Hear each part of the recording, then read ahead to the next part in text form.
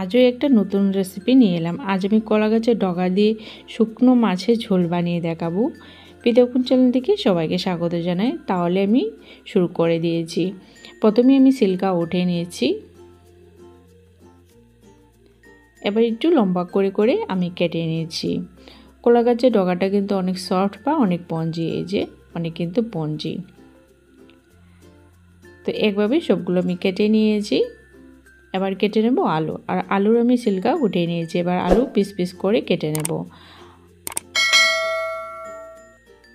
আমার রেসিপিগুলো দেখে যদি আপনার ভালো লেগে থাকে তো অবশ্যই আমার চ্যানেলটাকে সাবস্ক্রাইব করে আমার সঙ্গে থাকবেন, বেল আইকনটা প্রেস করে রাখবেন সবার প্রথমে নোটিফিকেশনটা পাওয়ার জন্য। তো কড়াই বসিয়ে দিয়েছি, আমি সর্ষে তেল দিয়ে করে নিয়েছি। এবার আমি শুকনো ট্যাংরা মাছটা তেলে হালকা ফ্রাই করে নিয়েছি। এবার কেটে রাখা ডগা আলুগুলো দিয়ে দিয়েছি। বানাতে কিন্তু অনেক সহজ আর খেতেও কিন্তু মজাদার। এবার পরিমাণ মতো নুন দিয়ে দিয়েছি, আধা চামচ লাল লঙ্কার গুঁড়ো, আধা চামচ হলুদ গুঁড়ো, কাঁচা লঙ্কা বাটা, রসুন বাটা। এবার ভালোভাবে নাড়িয়ে নিচ্ছি।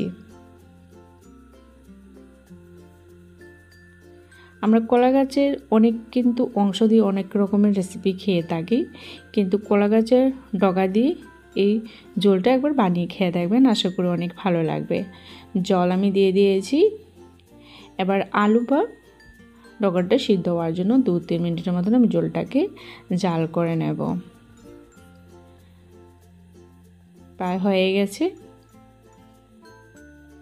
ভালো লাগলে একটা লাইক করবেন আর অবশ্যই শেয়ার করে নেবেন। এবার আমি উঠিয়ে নিচ্ছি। অবশ্যই কিন্তু ট্রাই করবেন একবার।